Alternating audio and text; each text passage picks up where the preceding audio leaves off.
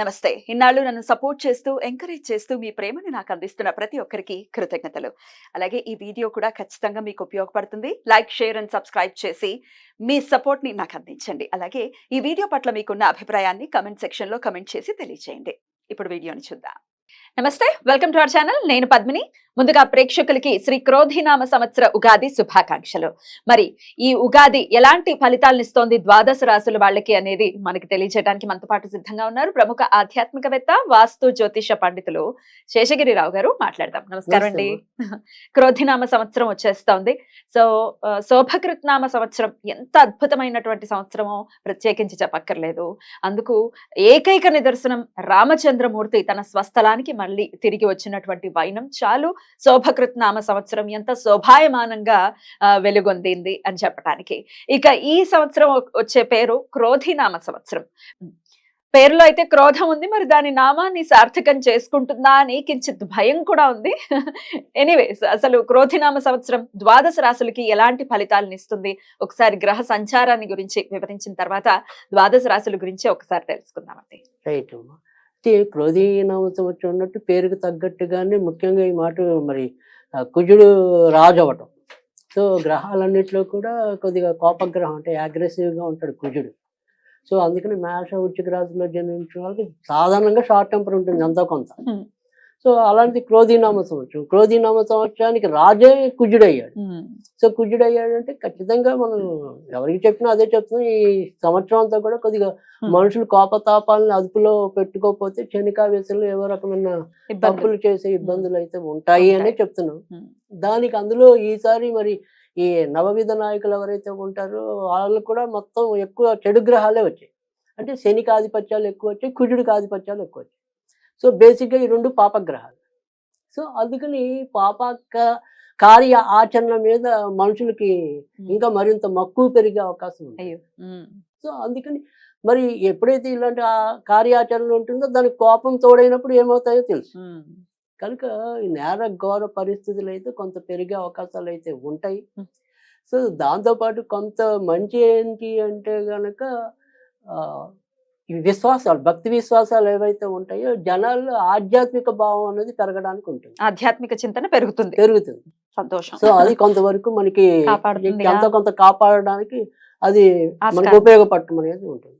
తర్వాత గురుడు రసాధిపతి అవటం వల్ల ఏంటంటే కొన్ని ఏదైతే ముఖ్యంగా ఆడవాళ్ళకి ఇష్టమైన బంగారము, తర్వాత వెండి ఇలాంటివి కొంతవరకు కంట్రోల్లోకి రావడానికి అయితే ఆస్కారం అయితే ఉంటుంది. అంటే మళ్ళీ ఇంకా పెరిగిపోకుండా గోల్డ్ రేట్స్ అవి కొంత రేట్లు మనకి నియంత్రణలో ఉండటం అనేది ఉంటుంది. కనుక అవి చెప్పదగిన పరిస్థితి. సో ఇక్కడ మనం చూసినప్పుడు ఇంకా ఇప్పుడు ఉగాది అనేది ప్రారంభం అనేది ధనుర్ లగ్నంలో అయింది యాక్చువల్గా. సో ధనుర్ లగ్నానికి మరి గురుడు పంచమంలో ఉన్నాడు.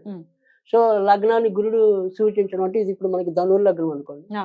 సో గురుడు పంచమం 1, 2, 3, 4, 5. సో పంచమ స్థానంలో గురుడు ఉంటాడు కాబట్టి అంటే ఏదైతే గురుడు మరి మేలో మారిపోతాడు. మే 1వ తారీఖు మారిపోతారు కదా. సో మే వరకే మనకి ఉన్నంతలో బాగున్నట్టు. అంటే ఆ లగ్నాధిపతి పంచమంలో ఉంటాడు కాబట్టి ఎవరు ఎలాంటి ఇబ్బందులు ఉన్నా చివరి నిమిషంలో బయటపడడానికి ఉంటుంది. సో కానీ దానికి విరుద్ధంగా ఏమవుతుందంటే మే నుంచి గురుడు వృషభంలోకి రావటం. వృషభం అన్నది ఏంటంటే ఇక్కడ మనకి ఇందాక మనం ఇది వృషభం అనేది శుక్రుడు రాజు, ఈయనేమో మన దానవుల రాజు, ఈయన దేవతల గురువు, ఈయన దానవుల గురువు. సో వీళ్ళిద్దరికి నిజానికైతే శత్రుత్వం ఉంది. సో ఇక్కడ మరి శత్రు రాశిలోకి గురుడు ప్రవేశించడం అనేది ఉంటుంది. సో వృషభ రాశిలో. సో ఆ వృషభ రాశిలోకి గురుడు ప్రవేశించినప్పుడు ఏమవుతుంది అంటే ఇందాక మనం చెప్పాం ముఖ్యంగా ఏదైతే ఈ స్త్రీ సంబంధించిన వ్యవహారాలు ఏవైతే ఉంటాయో, లేదు ఇప్పుడు రాజకీయాల్లో స్త్రీల ఆధిపత్యం ఉంది, వాళ్ళ ఇచ్చే ఏవైతే సలహాలు సూచనలు ఉంటాయో అవి కొంత వాదాలకు వెళ్ళడానికి అవకాశం ఉంటుంది. ఇంకా ఇంట్లోకి వచ్చేప్పుడు కూడా స్త్రీల మూలకంగా ఏవో రకమైన చికాకులు ఎదురవడానికి అవకాశాలు పెరుగుతాయి. సో తర్వాత రెండోది వచ్చేప్పటికి ఏంటంటే ఇక్కడ వృషభం నుంచి చూసినప్పుడు ఏంటంటే ఇక్కడ గురుడికి రాహు వ్యయస్థానం లాభస్థానంలోకి ఉంటాడు. సో ఈ లాభస్థానంలో ఎప్పుడైతే మరి రాహు వృషభానికి ముఖ్యంగా వృషభ రాశి వారికి తర్వాత వచ్చేప్పటికి ఇది వృషభ రాశి అనుకోండి, ఇక్కడ లాభంలో గురుడు ఉంటాడు. ఇది ఉంటుంది. తర్వాత ఇప్పుడు కొత్తగా పుట్టే వాళ్ళ గురించి చెప్తున్నాను. సో వృషభ రాశిలో ఎవరైతే జన్మిస్తారో వాళ్ళు కంపల్సరీ సర్పదోషం ఉంటుంది. సర్పదోషం ఉంటుంది. లాభంలో రాహు ఉన్నా సర్పదోషం ఉంటుంది. అందుకే ముఖ్యంగా రాహు లాభంలో ఉన్నప్పుడు ఇక్కడేమో కేతు పంచమంలో ఉంటారు. పంచమంలో ఉంటారు. అవును. సో ఇది సంతాన స్థానం అవుతుంది, అదేమో లాభస్థానం. ఉమ్. సో ఖచ్చితంగా లాభాలు ఎవరైతే ముఖ్యంగా ఈ వృషభ రాశి వాళ్ళకి గట్టి ప్రయత్నాలు ఏవైతే ఉంటాయో అవి దగ్గర వచ్చి పోతాయి. ఉమ్. ఇక్కడ ఈ బుద్ధి అనేది వాళ్ళకి సరిగ్గా ఉపయోగపడదు. ఉమ్. సో ఆ నిర్ణయాలు తీసుకోవడంలో ఇబ్బందులు ఎక్కువ వృషభ రాశి వాళ్ళు పొందడానికి అవకాశం ఉంటుంది. Right. తర్వాత వచ్చేప్పటికి ఇదే దోషం అనేది కర్కాటక రాశికి కూడా ఉంటుంది. కర్కాటక రాశిలో పుట్టిన వాళ్ళకి కూడా ఉంటుంది. ఉమ్. అంటే Right. కొత్తగా పుట్టిన పిల్లలకు కూడా ఉమ్. నవమంలో రాహు ఉంటాడు. నవమంలో రావు ఉంటాడు, తృతీయంలో కేతు కేతు ఉంటాడు, కాబట్టి సంబంధ బాంధవ్యాలు ఇబ్బంది పడతాయి. ఇప్పుడు పుట్టే వాళ్ళకైతే ఇలా ఉంటుంది. ఆల్రెడీ పుట్టిన వాళ్ళకి అదే గ్రహస్థితి ఉంటుంది. ఇప్పుడు ఆల్రెడీ పుట్టేసిన వాళ్ళకి కూడా అదే గ్రహస్థితి గ్రహస్థితి ఉంటుంది. రైట్. కానీ కొత్తగా పుట్టిన వాళ్ళు కూడా ఖచ్చితంగా పుట్టడమే సర్పదోషంలో పుట్టినట్టు. ఎగ్జాక్ట్లీ ఈ సంవత్సరంలో ఎప్పుడు పుట్టినా ఇదే గ్రహస్థితి ఉంటుంది Right. ఇంచుమించుగా, అంటే రాహుకేతులకు సంబంధించి. రైట్ అండి. ఇక దేశంలో ఎట్లాంటి పరిస్థితులు ఉంటాయి అనేది ఒకసారి క్లుప్తంగా చెప్పేసి ద్వాదశ రాశుల్లోకి వెళ్ళిపోదాం. రైట్. దేశంలో కూడా ముఖ్యంగా చెప్పాల్సింది అంటే ఇక్కడ వర్షపాతాలు ఏవైతే ఉంటాయి అంటే మనకు కావాల్సిన మెయిన్ వర్షం, రైతుల యొక్క ఇది. సో ఇక్కడ ముఖ్యంగా ఇందాక మనం చెప్పుకున్నాం శని కుజుల యొక్క ఆధిపత్యం ఎక్కువ అని చెప్పి. సో శని కుజుల ఆధిపత్యం ఎక్కువ అంటే మిరపకాయల పంటలు బాగా పండుతాయి. అంటే ఎరుపు రంగు ధాన్యాలు ఏవైతే ఉంటాయో లేదా ఎరుపు రంగు పంటలు ఏవైతే ఉంటాయో అవి సమృద్ధిగా పండుతాయి. తర్వాత శనికి సంబంధించి వచ్చినప్పుడు ఏంటంటే నల్లవి అంటే మిరియాలు అనుకోండి, నువ్వులు అనుకోండి, మినుములు అనుకోండి, ఇలా నల్ల రంగు పంటలు ఏవైతే ఉంటాయో వేరుశనగ దాని నుంచి నూనె వస్తుంది. సో అలా ఈ శనికి సంబంధించి నలుపుకి అలాంటివి సమృద్ధిగా పండటం అనేది ఉంటుంది. ఎలక్షన్స్ కూడా రాబోతున్నాయి, ఎట్లా ఉండబోతుంది అనుకోవచ్చు? యుద్ధ వాతావరణం ఉంటుందా? రైట్. అంటే ఖచ్చితంగా ఈసారి కూడా యుద్ధ వాతావరణం అయితే ఉంటుంది. ఆ తర్వాత సరే ఇక్కడ పెద్దగా ముఖ్యంగా మనం చెప్పాలంటే కేంద్రంలో మరీ మార్పులు అయితే ఉండకపోవచ్చు. మళ్ళీ మోదీ ప్రభుత్వమే వస్తుందని అనుకోవచ్చా? 99.5% అయితే ఖచ్చితంగా ఉంది మోదీ ప్రభుత్వం. మోదీ. సో తర్వాత వచ్చేప్పటికి కానీ ఇదే కేంద్ర ప్రభుత్వం కూడా అంటే ఇప్పుడు సపోజ్ కొన్ని ప్రెస్టీజియస్ ప్లేసెస్ ఉంటాయి కొన్ని. అంటే ఒక ప్లేస్ అంటే నేను ఖచ్చితంగా ఇక్కడ ఓవైసీ ఇప్పుడు మనకి అది కోంపెల్ల మాధవి గారు అది గెలుస్తూ అది ఓకే. నేను అలా ప్రెస్టీజియస్ ప్లేసెస్ కొన్ని ఉంటాయి కదా, ప్రతి ఒక్క పార్టీకి కూడా ఈ అభ్యర్థి అయితే ఖచ్చితంగా గెలుస్తాడు అనేది ఏదైతే ఉంటుందో అక్కడ వీళ్ళు కొంత భంగపడడానికి ఉంటుంది బీజేపీ వాళ్ళకి. బీజేపీ అని కాదు, మోరల్ గా ఇప్పుడు సపోజ్ అది వేరే పార్టీ తీసుకున్నా అంటే ఇక్కడ మాయావతి కరెక్ట్ గా ఇక్కడే గెలుస్తుంది అనుకునేటప్పుడు భంగపడతారు. అట్లాంటి అంటే రివర్స్ ఫలితాలు అనేది ఎక్కువ ఉంటాయి. రైట్. అట్లా కానీ ఓవరాల్ గా పాలనలో వాళ్ళే ఉంటారు. ఆంధ్రప్రదేశ్ లో ఏ గవర్నమెంట్? ఆంధ్రప్రదేశ్ అనేది కొన ఊపిరితో గెలవటం అనేది ఉంటుంది ఇప్పుడున్న పరిస్థితి. ఎవరంటాము చావు తప్పి కన్నులు అట్టబోయిందంటే.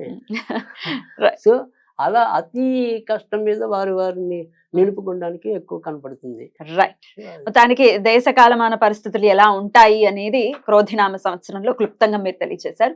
ఇక ఇప్పుడు మన ఆడియన్స్ కి కూడా ఎవరైతే కామన్ పీపుల్ ఉన్నారో వాళ్ళ రాశుల గురించి తెలుసుకోవాలని ఖచ్చితంగా వీడియో చూస్తూ ఉంటారు కాబట్టి ఇక ద్వాదశ రాశుల గురించి తెలుసుకుందాము. మరి ముందుగా మేషరాశి. మేషరాశి వారికి క్రోధినామ సంవత్సరం ఎలా ఉండిపోతుందండి? మేషరాశి వారికి ఈ సంవత్సరం అంతా ముఖ్యంగా ఏంటంటే మే, జూన్, జూలై వదిలేస్తే మిగతా 9 నెలలు కూడా చాలా చక్కటి కాలంగా చెప్పవలసి ఉంటుంది. సో మే, జూన్, జూలైలోకి వచ్చేప్పటికి ఏంటంటే మేలో ఇప్పుడు మనకి కుజుడు వచ్చేప్పటికి ఏంటంటే ఇప్పుడు ఏప్రిల్ మధ్య నుంచి మీనంలోకి రావటం అనేది ఉంటుంది. తర్వాత మేషంలోకి వస్తాడు, తర్వాత మనకి సో జూలైకి ఇంచుమించు మధ్యకి వచ్చేప్పటికి అంటే ఇప్పుడు ప్రస్తుతం ఉన్న గ్రహస్థితి అంతా కూడా ఒక 2 రోజులు అటు ఇటుగా ఏప్రిల్ 15 నుంచి తీసుకుంటే మళ్ళీ మే 15లో మార్పులు ఉంటాయి, ఒక 2 రోజులు అటు ఇటుగా. సో అలా మొత్తం ప్రతి గ్రహానికి ఇంచుమించుగా మార్పులు అయితే ఉంటాయి. అయితే ఇక్కడికి వచ్చేప్పటికి ఏంటంటే బుధుడు ఈ సంవత్సరం ఏకంగా 3 సార్లు వక్రం పొందుతుంది. ఎక్కడి నుంచి అండి? ఇప్పుడు ప్రస్తుతం ఏప్రిల్ చివరి నుంచి మళ్ళీ మీనంలోకి రావటం అనేది ఉంటుంది మేషం నుంచి. సో తర్వాత మళ్ళీ వచ్చేప్పటికి అక్టోబర్ లో ఉంటుంది, మళ్ళీ తర్వాత డిసెంబర్ లో ఉంటుంది, మళ్ళీ మార్చి లో ఉంటుంది. ఎన్నాళ్ళు అంటే బుధుడిది ఎక్కువ ఉండదు, 15 రోజులు 20 రోజులు అలా ఉంటుంది వక్రం అనేది. అదే గురుడు వచ్చేప్పటికి చాలా నెలలు ఉంటుంది. కానీ బుధుడు అనేది ఎంత తొందరగా వక్రం ఉంటుంది, మళ్ళీ అంత తొందరగా ముందుకు రావటం అనేది ఉంటుంది. అయితే వీటి వల్ల మనకు వచ్చే ఇబ్బందులు ఏంటి అనేప్పటికీ ఏంటంటే లేదా లాభాలు ఏంటి అనేప్పటికీ సో జూలై దాకా ఇంచుమించుగా కొద్దిగా జాగ్రత్తగా ఉండాలి. మేష రాశి వాళ్ళు ఏ విధంగా జాగ్రత్తగా ఉండాలి అంటే కనుక ముఖ్యంగా ఆరోగ్య సమస్యలు ఒకటి పెరగటం అనేది ఉంటుంది. సో ఈ శిరస్సు మీదకి రావటం అనేది ఇంచుమించుగా మీకు మే మధ్యకి వస్తాడు లగ్నంలోకి కుజుడు. సో ఆ లగ్నంలో కుజుడు ఎప్పుడైతే వస్తాడో శిరస్సు బాధలు పెరగటం అనేది ఉంటుంది. తర్వాత ఇందాక చెప్పినట్టు ఏంటంటే ఈ క్షణికావేశాలు అక్కడ పెరగటం అనేది ఉంటుంది. తర్వాత ధనకి ఇబ్బంది ఉండదు. సో గురుడు ధనస్థానంలో ఉంటాడు కాబట్టి అవసరానికి లేదు అనుకున్నప్పటికైతే డబ్బు అయితే చక్కగా అందటం అనేది ఉంటుంది. కానీ ఈ మేష రాశి వాళ్ళు ఎవరైతే కనుక రాజకీయ రంగంలో ఉన్నారో వారికి మాత్రం ఆకస్మికంగా చిక్కులు ఎదురవడానికి ఉంటుంది. సో ఏదైనా సరే ఈ మేష రాశిలో జన్మించి వాళ్ళు ఎన్నికల్లో నిలబడిన ప్రాంతాలు ఏవైతే ఉంటాయో అక్కడ ఇందాక మనం చెప్పుకున్న దేశకాలమాన పరిస్థితుల్లో అక్కడ అలాంటి వాతావరణం ఉంటుంది. యుద్ధ వాతావరణం అనుకోండి, తగులు వాతావరణం అనుకోండి, అలాంటిదంతా కూడా అక్కడ మనకి ఎక్కువ ఉండటం అనేది ఉంటుంది. సో మేష రాశిలో జన్మించిన రాజకీయ రంగ ప్రముఖులు ఎవరైతే ఉంటారో లేదా నాయకులు ఎవరైతే ఉంటారో అభ్యర్థులు ఎవరైతే ఉంటారో వారు మాత్రం ఎంతో కొంత కోపతాపాలని అదుపులో ఉంచుకోవాల్సిన అవసరం అయితే కనిపిస్తుంది. ఇక తర్వాతకి వచ్చేప్పటికి ఏంటంటే ఎవరైనా సరే వ్యాపార రంగంలో ముఖ్యంగా భవన రంగంలో ఉన్న వాళ్ళకి చాలా ఎక్కువ లాభం అనేది ఉంటుంది. తర్వాత ఏదైనా సరే మనం ఐరన్ ఇనుముకి సంబంధించిన కానీ నూనెకి సంబంధించిన కానీ ఇలాంటి వస్తువుల యొక్క అమ్మకాల్లో ఎవరైతే ఉంటామో వాళ్ళు కూడా లాభపడడానికి అయితే ఉంటుంది. ఇక తర్వాత వచ్చేప్పటికి ఖాళీ భూములు విక్రయాలు ఏవైతే ఉంటాయో అవి అయితే మందగోడిగానే సాగటం అనేది ఉంటుంది. అంటే ఆల్రెడీ కట్టేసిన ఇళ్ళకి సంబంధించిన అభివృద్ధి అయితే బాగానే ఉంటుంది.